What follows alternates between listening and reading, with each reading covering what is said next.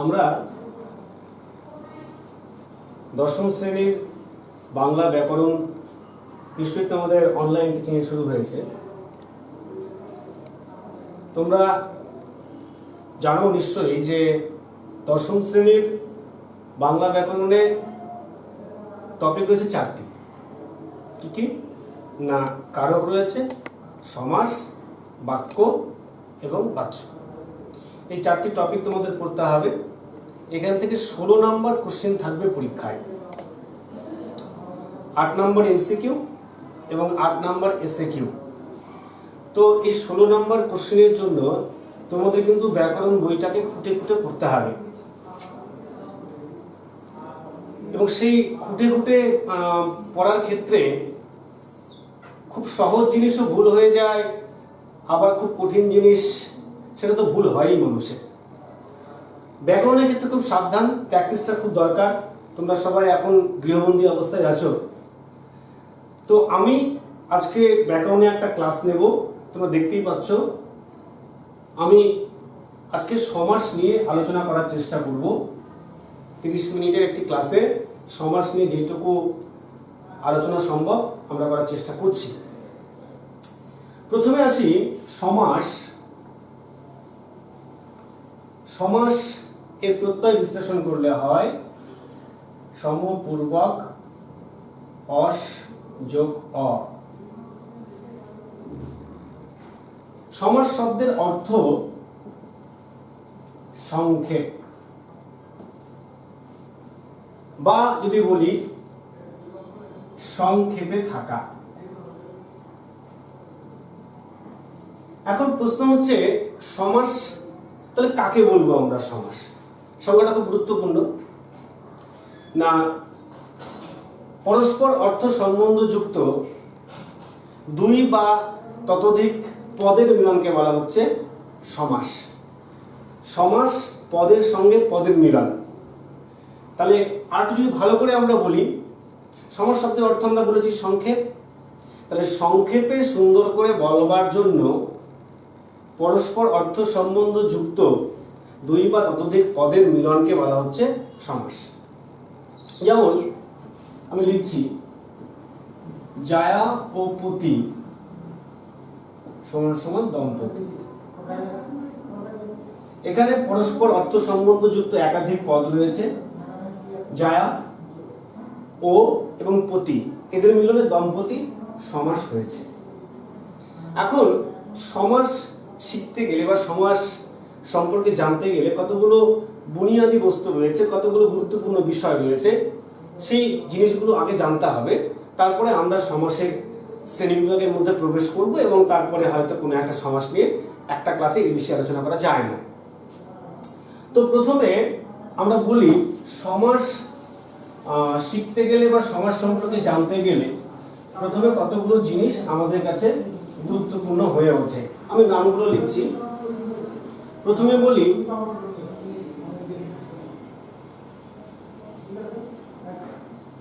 সমাসবদ্ধ পদ।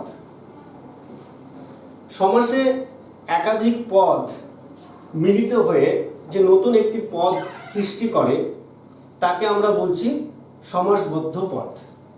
একটু আগে আমি উদাহরণ দিয়েছিলাম জায়া ও পতি সমান সমান দম্পতি। এখানে সমাসবদ্ধ পদ হলো দম্পতি। অর্থাৎ সমাসবদ্ধ পদ তাহলে কাকে বলবো না, যে একাধিক পদের মিলনে যে একটি নতুন পদের সৃষ্টি হয় তাকে আমরা বলছি সমাসবদ্ধ পদ। আর এবার আসছি সমস্যমান পদ। এবার যে পদগুলির সমন্বয়ে সমাসবদ্ধ পদের সৃষ্টি হয় তাদেরকে আমরা বলছি সমস্যমান পদ। আমি আবার সেই আগের উদাহরণের দিকে তাকিয়ে দেখার চেষ্টা করছি। কিন্তু জায়া ও পতি, এই জায়াও সমস্যমান পদ, পতিও সমস্যমান পদ। এটাও একটা সমস্যমান পদ এবং পতি এটাও একটা সমস্যমান পদ। এর বাইরে তোমাদের মনে নিশ্চয়ই একটা প্রশ্ন যাচ্ছে, একটা ও আছে, ও কি সংযোজক অব্যয়। এই ওটাকে আমরা বলছি ওকে আমরা বলছি সমস্যমান সহায়ক পদ। আর এই সমস্যমান পদের যে পূর্বের অংশ, অর্থাৎ পূর্বের অংশ কি আছে, জায়া, এটাকে আমরা বলছি পূর্বপদ।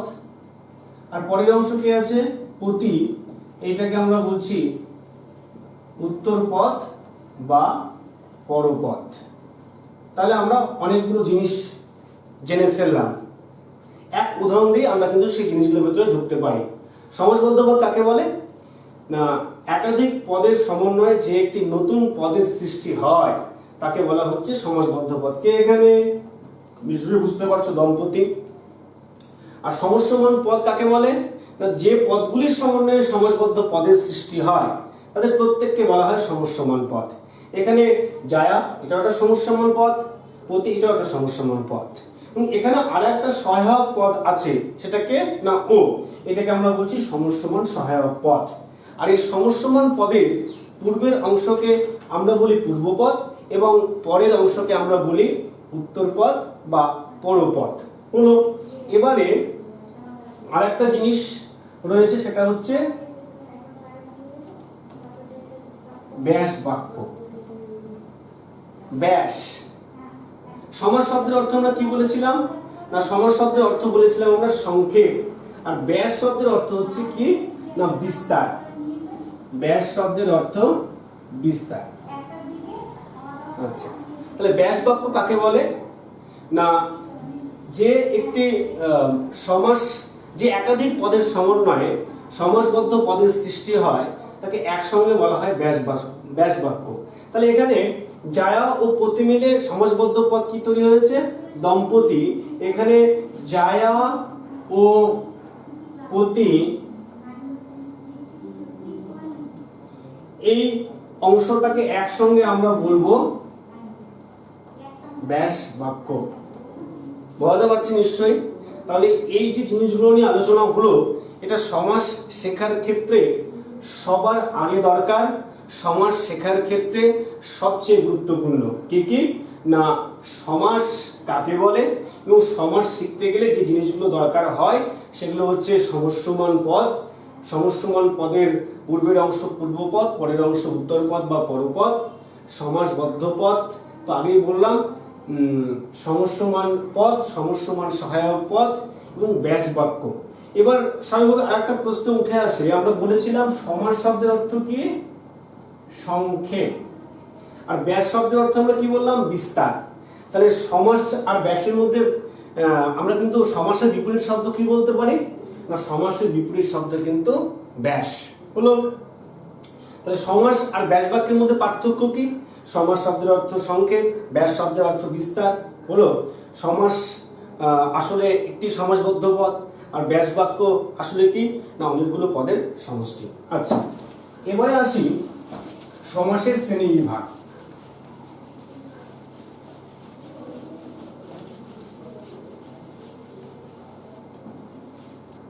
সমাসকে আমরা কতগুলি ভাগে ভাগ করি, কি কি? প্রথমে আসি দ্বন্দ্ব সমাস।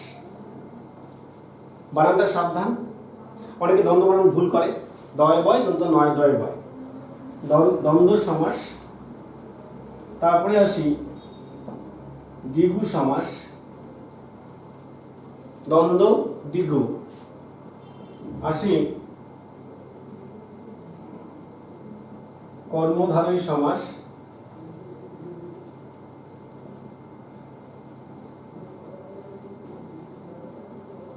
তৎপুরুষ সমাস,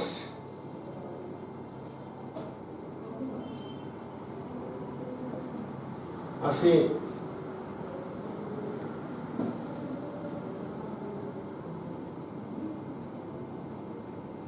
বহুব্রীহি সমাস, আসে নিত্য সমাস,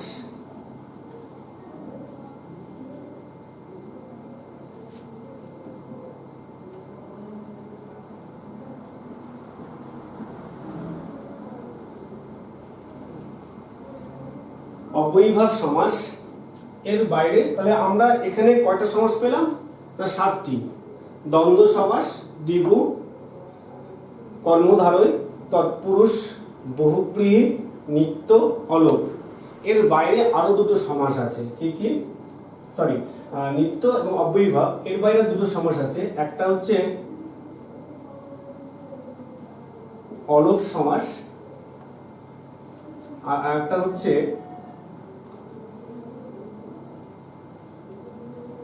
বাক্যাশ্রয়ী সমাস। এবার এই দুটো নিয়ে একটু আলোচনা করা দরকার, না করলেই নয়। আমি যে আগের 7টি ভাগ লিখলাম, এগুলো এই 7টি সমাস। আর অলোপ আর বাক্যাশ্রয়ী কিন্তু আসলে নিজে কোনো সমাস নয়, এরা কিন্তু সব সমাসই অলোপ হতে পারে। অলোপ শব্দের অর্থ নয় লোপ, অর্থাৎ যে সমাস সাধারণত আমরা জানি সমাসে বিভক্তি লোপ পায়, কিন্তু যদি সেই বিভক্তিটা লোপ না পায় সমাসে, তখন তাকে বলা হয় অলোপ সমাস। আর বাক্যাশ্রয়ী কি না, কোনো একটা সমাসবদ্ধ পদ যদি পুরো বাক্যের অর্থকে প্রকাশ করে, তখন সেটাকে আমরা বলি বাক্যাশ্রয়ী সমাস। আসলে বাক্যাশ্রয়ী সমাস একটা মিশ্র সমাসবদ্ধ পদ, অর্থাৎ বাক্যাশ্রয়ী সমাস যেটাকে আমরা বলবো, সেখানে একাধিক সমাস লুকিয়ে থাকতে কিন্তু পারে। তাহলে এই দুটো আলোচনা শেষে হবে। তো সমাসের কিছু আছে খুব সহজ, কিছু আছে একটু জটিল কঠিন। তো আমরা একটা কঠিন সমাস, তথাকথিত কঠিন সমাস, কঠিন বলতে ভয় পাওয়ার কিছু নেই, তো বুঝতে পারলে সহজ মনে হবে। আমরা কর্মধারয় সমাস নিয়ে আজকে আলোচনা করব। তার আগে একটা জিনিস আমাদের বাদ পড়ে গেল, সেটা হচ্ছে সমাস আর সন্ধি, এই দুটোর মধ্যে মিল কোথায় আর অমিল কোথায়। সাধারণত সন্ধি সমাসের পার্থক্য সবাই পারে, আর পরীক্ষায় তোমাদের 1 নম্বরের প্রশ্ন আসবে, পরীক্ষায় মানে 1 নম্বরের মতো লিখতে হয়। তো সন্ধি আর সমাসের পার্থক্যটা তো খুব সহজ, হয়তো বুঝতেই পারছো তোমরা। সন্ধি ধ্বনির সঙ্গে ধ্বনির মিলন, আর সমাস কি না পদের সঙ্গে পদের মিলন, তাই তো? এবার সন্ধির ক্ষেত্রে কি হয় না, সমাসের ক্ষেত্রে পূর্বপদের বিভক্তি চিহ্ন লোপ পায়, কিন্তু সন্ধিতে এই বিভক্তি লোপের ব্যাপারটাই গৌণ থেকে যায়, বিভক্তি লোপের ব্যাপারটাই আসে না। সন্ধিতে কি হয়, পদের ক্রমটা অক্ষুণ্ণ থাকে, কিন্তু সমাসে অনেক ক্ষেত্রে কি হয় না, পরের পদটা আগে চলে আসছে। যেমন পূর্বরাত্রি, এর সমাসটা হবে রাত্রির পূর্ব, তাহলে এক্ষেত্রে কি হচ্ছে না, পরপদটা আগে চলে আসছে। এটা কিন্তু সমাসের ক্ষেত্রে হতে পারে, সন্ধির ক্ষেত্রে এটা কখনোই হবে না। এবার তাহলে সন্ধি সমাসের পার্থক্যটা বুঝতে পারলে, কিন্তু সন্ধি আর সমাসের মিলও আছে। মিলটা কি না, বাক্য সীমিতি ও সৌন্দর্য সৃষ্টি, অর্থাৎ বাক্যকে ছোট করা, সৌন্দর্য বৃদ্ধি করা, শব্দ ভাণ্ডারকে সমৃদ্ধ করা, এই দুই উদ্দেশ্যে কিন্তু সন্ধি সমাসের সৃষ্টি হয়েছে। সন্ধি আর সমাসের মধ্যে সাদৃশ্য এইটুকুই। আচ্ছা, এবারে আমরা কি বললাম না, আমরা এখন কর্মধারয় সমাস নিয়ে আলোচনা করব।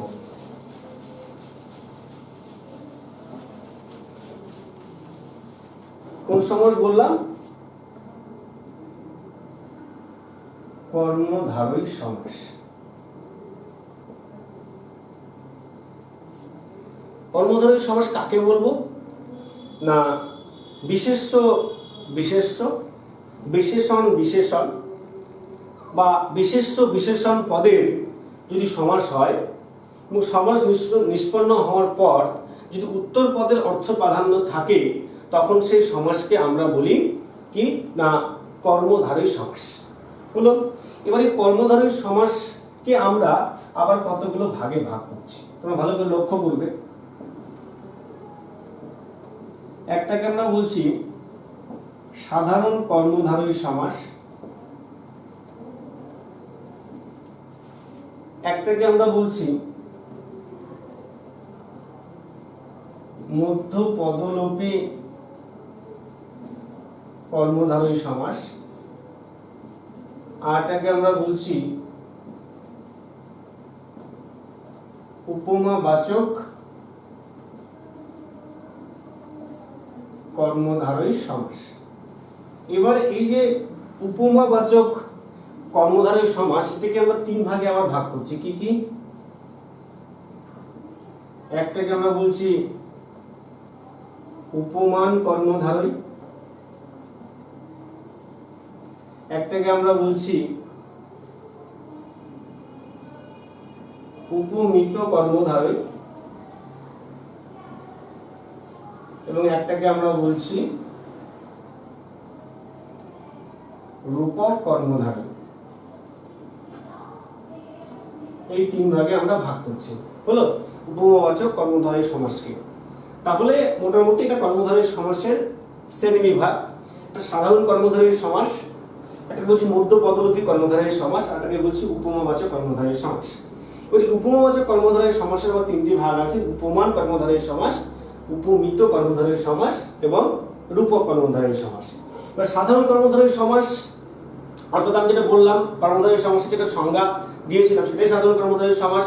কি বলছি? বিশেষ্য বিশেষ্য, বিশেষণ বিশেষণ অথবা বিশেষ্য বিশেষণ পদে যদি সমাস হয় সেটা সাধারণ কর্মধারী সমাস। কিন্তু ব্যাস বাক্যের ক্ষেত্রে একটু সাবধানতা অবলম্বন করতে হবে। যদি দুটো বিশেষ্য হয় সেক্ষেত্রে ব্যাস বাক্য কিরকম হবে, যদি দুটি বিশেষণ হয় সেক্ষেত্রে ব্যাস বাক্য কিরকম হবে, আর যদি দুটোই একটা বিশেষ্য একটা বিশেষণ হয় সেক্ষেত্রে ব্যাস বাক্য কিরকম হবে। ধরো আমি উদাহরণ দিচ্ছি, মহাজন মহৎ যে জন। আচ্ছা, মহাজন মহৎ যে জন। মহৎ কি পদ? তোমরা নিশ্চয়ই জানো মহৎ হচ্ছে বিশেষণ পদ, আর জনটা হচ্ছে কি? বিশেষ্য পদ। হলো। এবার মহাজন মহৎ যে জন, এটাও সাধারণ কর্মধারী সমাস। এবার বলছি রাজর্ষি যিনি রাজা তিনি ঋষি। আচ্ছা, এক্ষেত্রে দেখো রাজাও বিশেষ্য, আবার যদি বলি ঋষি এটাও কিন্তু বিশেষ্য। তাহলে একটা জিনিসকে লক্ষ্য করলে দুটো যদি বিশেষ্য হয় তাহলে একরকম ব্যাস বাক্য, একটা বিশেষ্য আর একটা যদি বিশেষণ হয় তাহলে কিন্তু ব্যাস বাক্যটা অন্যরকম হয়। এবার নিশ্চয়ই তোমাদের মনে আরেকটা কৌতূহল রাখছে যে দুটোই বিশেষণ হয় সেক্ষেত্রে ব্যাস বাক্য কিরকম হবে। ধরো আমি লিখছি কাঁচা মিঠা। কাঁচা মিঠা, অনেকে ব্যাস বাক্য করতে পারে যা কাঁচা তাই মিঠা। আচ্ছা, তোমরাই বলো কাঁচা হলেই কি সেটা মিষ্টি হবে? নিশ্চয়ই নয়। তাহলে এর ব্যাস বাক্যটা কি হবে? কাঁচা অথচ মিঠা। দেখো এখানে কাঁচাও বিশেষণ পদ, মিঠাও বিশেষণ পদ।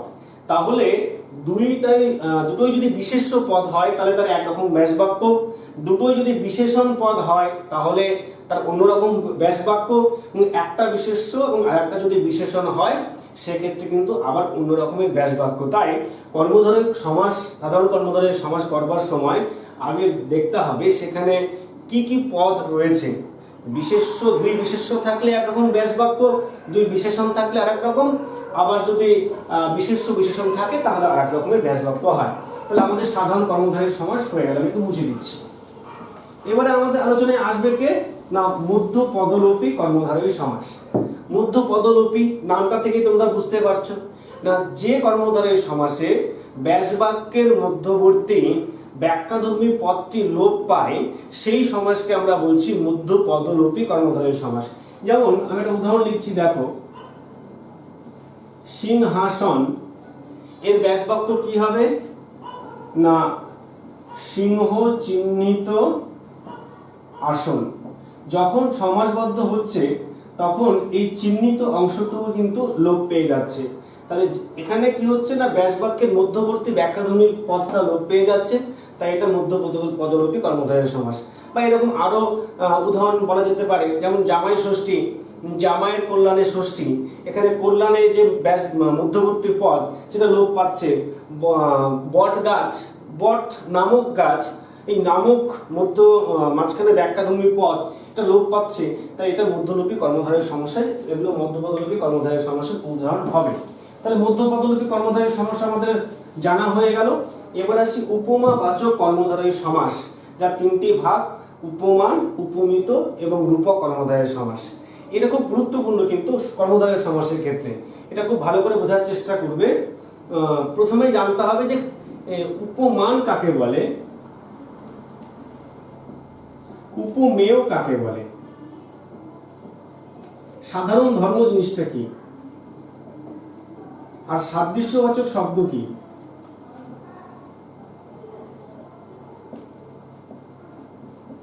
এই চারটা জিনিস আমাদের বুঝতে হবে, আমাদের মাথায় রাখতে হবে। যাকে তুলনা করা হয় সে হচ্ছে উপমেয়। যাকে তুলনা করা হয়, আর উপমান কাকে বলে না, যার সঙ্গে তুলনা করা হয়। যার সঙ্গে তুলনা করা হয়। সাধারণ ধর্ম কোনটা না, উপমান এবং উপমেয় যে একই কাজ করে তাকে আমরা বলছি সাধারণ ধর্ম। আর সাদৃশ্যবাচক শব্দ কোনটা না, যা দিয়ে তুলনা করা হয় সেটাকে বলা হচ্ছে সাদৃশ্যবাচক শব্দ।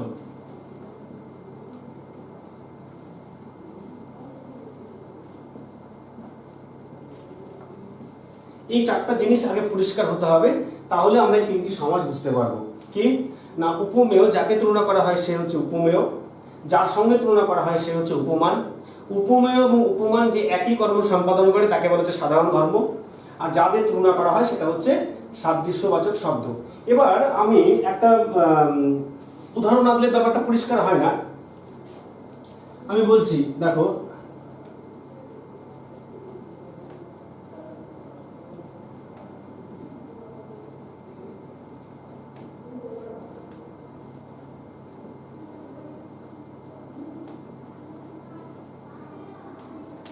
যক্ষা রোগের মতো ধুকে মরে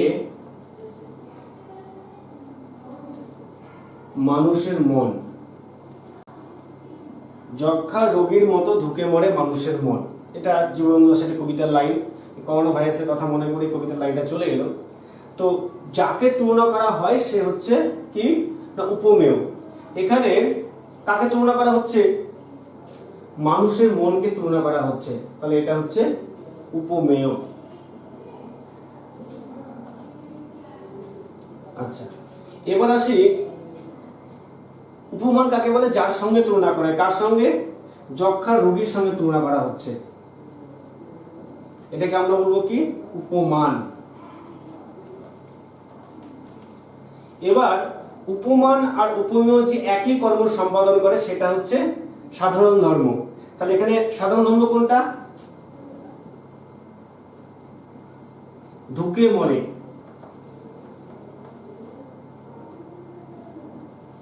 এটা সাধারণ ধর্ম। যক্ষা রোগীও ধুকে মরে, মানুষের মনটাও ধুকে মরে। আর মত, এই মতটা কি না, এটা হচ্ছে সাদৃশ্যবাচক শব্দ। এটাকে আমরা বলছি সাদৃশ্যবাচক শব্দ। আবার ভালো করে বোঝার চেষ্টা করবে, এটা খুব গুরুত্বপূর্ণ জিনিস। যাকে তুলনা করা হয় সে হচ্ছে উপমেয়, যার সঙ্গে তুলনা করা হয় সে হচ্ছে উপমান। উপমেয় এবং উপমান যে একই কর্ম সম্পাদন করে তাকে বলা হয় সাধারণ ধর্ম, এবং যাদের তুলনা করা হয় সেটাকে বলা হয় সাদৃশ্যবাচক শব্দ। হলো? তাহলে এই এই জিনিসটা যখন পরিষ্কার, তাহলে আমরা এবার সমাসের মধ্যে ঢুকতে পারি। কোন সমাস প্রথমে আসি? উপমান কর্মধারয় সমাস। উপমান কর্মধারয় সমাস কাকে বলছি না, উপমান বাচক পূর্ব পদের সঙ্গে সাধারণ ধর্মবাচক উত্তর পদের যদি সমাস হয় তখন তাকে আমরা বলি উপমান কর্মধারয় সমাস। যেমন একটা উদাহরণ দিই, তাহলে ব্যাপারটা পরিষ্কার হবে। তুষার শুভ্র। তুষার শুভ্র, তাহলে তুষার শুভ্র এর ব্যাসবাক্য কি হবে? তুষার, তুষার হচ্ছে তুষার বুঝতেই পারছো বরফ, শুভ্র মানে উজ্জ্বল। তাহলে এখানে কে কে আছে না, উপমান আছে আর সাধারণ ধর্ম আছে। এর বাসবাক্য কি হবে? তুষারের ন্যায় শুভ্র। এখানে কে নেই, এখানে কিন্তু উপমেয় নেই। হলো? তুষার শুভ্র, তাহলে ব্যাসবাক্য কি হবে? তুষারের ন্যায় শুভ্র। এখানে তুষার শুভ্রের সঙ্গে যাকে তুলনা করা হচ্ছে সে কিন্তু ব্যাসবাক্যে অনুপস্থিত। বুঝতে পারছি? এবার আসি উপমিত কর্মধারয় সমাস। কাকে বলবো না, উপমেয়বাচক পূর্বপদ এবং উপমান বাচক উত্তর পদের মধ্যে যদি সমাস হয় তখন সেটাকে আমরা বলি উপমিত কর্মধারয় সমাস। পার্থক্যটা ভালো করে বোঝার চেষ্টা করবে। যেমন আমি বলছি এবার পুরুষ সিংহ, পুরুষ সিংহ, এর ব্যাসবাক্য কি হবে? এক্ষেত্রে ব্যাসবাক্য কিন্তু অন্য হবে, পুরুষ সিংহের ন্যায়। দেখো প্রথমটা ক্ষেত্রে ন্যায় কোথায় এলো? মাঝখানে, এখানে ন্যায় এলো শেষে। তো পুরুষ সিংহ, পুরুষ আর সিংহ, পুরুষটা কি না, পুরুষটা হচ্ছে উপমান, আর সিংহটা কি না হচ্ছে উপমেয়। তাহলে এদের মধ্যে কি হচ্ছে তুলনা করা হচ্ছে, কিন্তু এখানে সাধারণ ধর্মটা অনুপস্থিত অবস্থায় আছে। যদি বলি পুরুষ সিংহ গর্জায়, পুরুষ সিংহ গর্জায়, তাহলে এই গর্জনটা কিন্তু সাধারণ ধর্ম, এখানে থাকবে না। তাহলে উপমান আর উপমিত কর্মধারয় সমাসের পার্থক্য আছে। পার্থক্যটা কি? উপমান কর্মধারয় সমাসে উপমান থাকবে, আর কে থাকবে? সাধারণ ধর্ম থাকবে। আর উপমিত কর্মধারয় সমাসে কি থাকবে না, উপমান থাকবে, উপমেয় থাকবে এবং উপমান থাকবে। আর এই উপমান আর উপমেয়ের মধ্যে যদি অভেদ কল্পনা করা হয়, তখন তাকে বলা হচ্ছে রূপক কর্মধারয় সমাস। যেমন আমি বলছি এবার মন মাঝি, মন মাঝি, এর ব্যাসবাক্য কি হবে? মন রূপ মাঝি। এখানে মন এবং মাঝির মধ্যে অভেদ কল্পনা করা হচ্ছে, হলো, তাই এটা রূপক কর্মধারয় সমাস।